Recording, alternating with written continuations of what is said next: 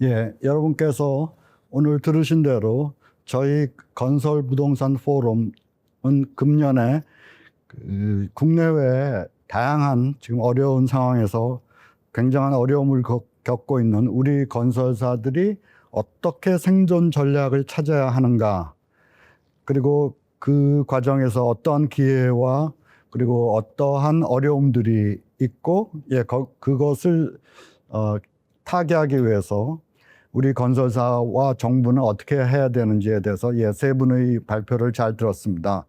먼저 박선구 박사님께서는 우리 지금 건설업이 얼마나 침체되어 있는지, 그리고 그 전망은 어떤지를 굉장히 조목조목 자세하게 나누어서 분석하시고 설명해 주셨습니다. 그리고 이러한 문제를 타결하기 위한 하나의 방안으로서 수도권과 지방으로 나누어서 지역적 특성을 반영을 해서 신규 투자 사업을 구축하는 것이 필요하겠다, 개발하는 것이 필요하겠다 하는 그런 점을 제시해 주셨는데, 그 부분이 상당히 인상적이었던 것 같습니다. 두 번째 발표자신 허윤경 박사님께서는 우리 어려운 주택 사업 내지는 그리고 우리 또 건설업에서 주택 사업이 굉장히 큰 비중을 차지하고 있으니까 우리 건설업의 활로 중의 하나로서 기업형 임대주택 사업 모델을 제시해 주셨습니다. 특히 일본과 미국 주택 시장에 대한 벤치마킹을 굉장히 자세하고 현실적으로 해주셔서 그것을 바탕으로 우리나라의 기업형 임대주택 사업은 앞으로 어떤 식으로 전개해야 될 것인가에 대해서 상당히 통찰력 있는 인사이트를 제시해 주셨습니다.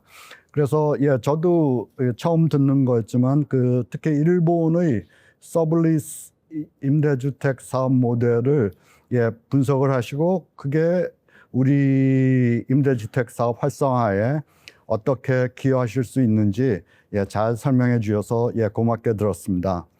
마지막으로 카인드의 이강복 실장님께서는 우리 건설, 특히 해외 건설이 어떠한 활로를 찾아야 될 것인가에 대한 대안을 제시해 주셨는데, 가장 중요한 것이 해외 건설 플랫폼으로서 해외 도시 개발 사업이 과연 가능할 것인가 하다면 그것을 어떻게 효율적으로 추진할 수 있을 것인가, 지금 우리의 강점, 약점, 스워트 분석을 곁들여 가면서 말씀을 해 주셨습니다. 특히 제가 인상적이었던 건 그냥 저희 같은 학계에 있는 사람으로서의 뭡니까 좀 이론적 모델보다는 이 분야의 다양한 경험을 축적하신 현장 전문가로서 굉장히 현실적인 시각과 제안을 해주신 것이 인상적이었던 것 같습니다. 다시 한번 좋은 발표에 감사드립니다. 그리고 이제 저희 포럼의 마지막 순서로서 Q&A 시간을 가지도록 하겠습니다. 그래서 포맷은 제가 발표하신 세 분께 각각 한 가지 질문을 드리면 세 분께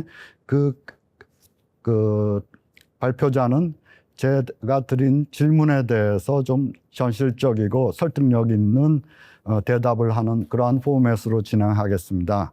자, 그래서 먼저 발표해 주신 박선구 박사님께 제가 질문 하나를 드리겠습니다. 그 질문은 뭐냐면, 당장 이제 다음 달이면 우리 새 정부가 이제 다음 달이 아니네요. 다음 달 10월이면 새 정부가 구성이 되고 이제 서둘러서 이제 정권 교체가 이루어지게 될 텐데, 이 새 정부 들어서 아마 건설업과 관련해서도 많은 규제나 제도 방안이 나오겠죠. 새로운 규제나 제도 방안이 나올 텐데, 특히 이전 정부에서 좀 용두사미로 끝난 그러한 제안과 방안이 많았기 때문에 특히 새 정부가 건설업 활성화를 위해서 역점을 두어야 할 전략 방향은 무엇이고 그것을 좀 효율적으로 이끌어가기 위해서 새 정부는 어떻게 해야 되는지 한 4분에 걸쳐서 굉장히 좀 짧은 시간입니다만 좀 답변 좀 해주시면 감사하겠습니다. 네. 답변 드리도록 하겠습니다. 지금 현재 건설 경기가 침체 상황이 매우 심화됐다라는 점에서 일단은 단기적으로는 좀 물량 확대를 서두를 필요가 있을 것 같습니다.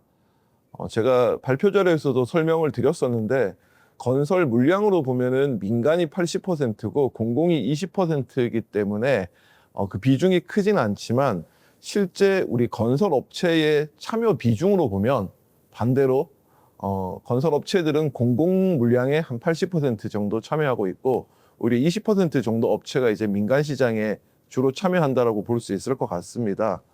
기업의 체질 개선도 중요합니다. 그렇지만 지금 단기적으로 물량 부족에 따라서 많은 업체들이 어려움을 겪고 있다라는 점에서 좀 지자체 물량을 좀 확대하고 그리고 추경 등을 통해서 좀 숨통을 틔워줄 필요가 있다라고 판단을 하고 있습니다.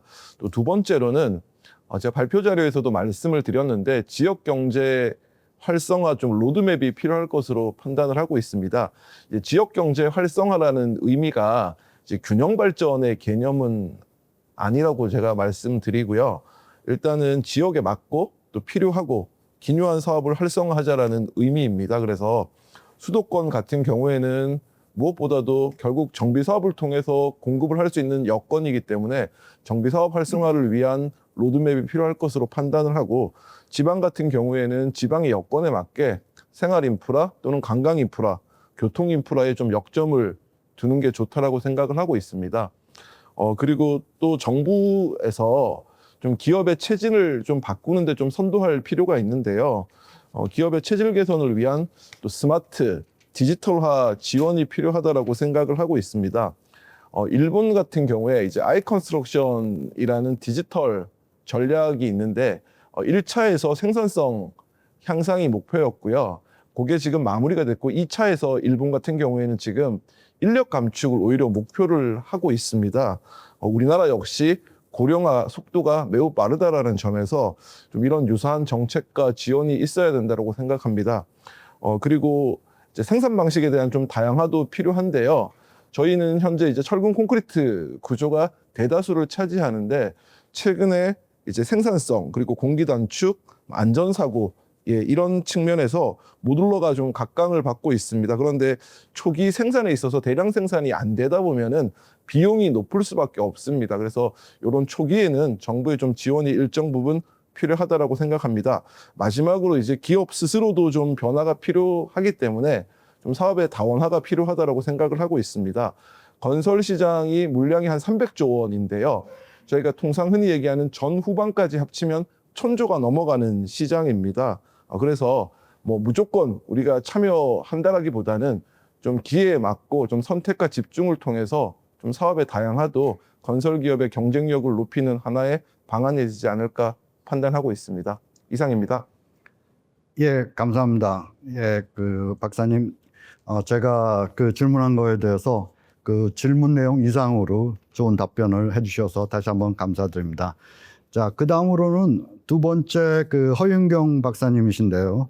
허 박사님은 아까 제가 언급한 것과 같이 우리 주택사업의 활로로서 기업형 임대주택 사업 모델을 말씀을 해주셨는데, 허 박사님 발표 내용 중에서 2015년에 우리가 이미 기업형 임대주택 사업 모델, 속칭 뉴스테이라고 하는 것을 시행을 했었는데 사실상 실패를 했다고 말씀을 하셨거든요. 그래서 제가 보기에도 우리 건설 산업, 특히 주택 부문에 많이 의존하고 있는 건설 산업이 살아나기 위해서 기업형 임대주택 사업 모델이 굉장히 필요할 것으로 보이는데 우리 실패했던 전례에 비추어서 우리가 특히 뭐 일본과 미국의 시사점도 참고하셔서 우리 한국형 임대주택 사업을 성공적으로 도입하고 정착하기 위해서는 어떻게 해야 될지, 거기에 대해서 한 3분 정도 시간밖에 없을 것 같습니다. 말씀해 주시면 감사하겠습니다.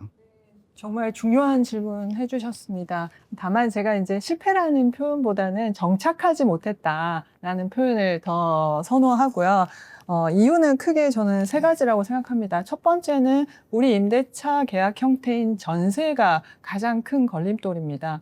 매매 가격 대비 낮은 임대료 수준이고요. 이거는 소득 수익률을 확보하기 어렵고 이제 기관 투자자에게 배당이 어려운 구조를 형성을 합니다. 결국은 자본 수익률로 모든 걸 확보하려다 보니까 어려움이 발생을 하고요.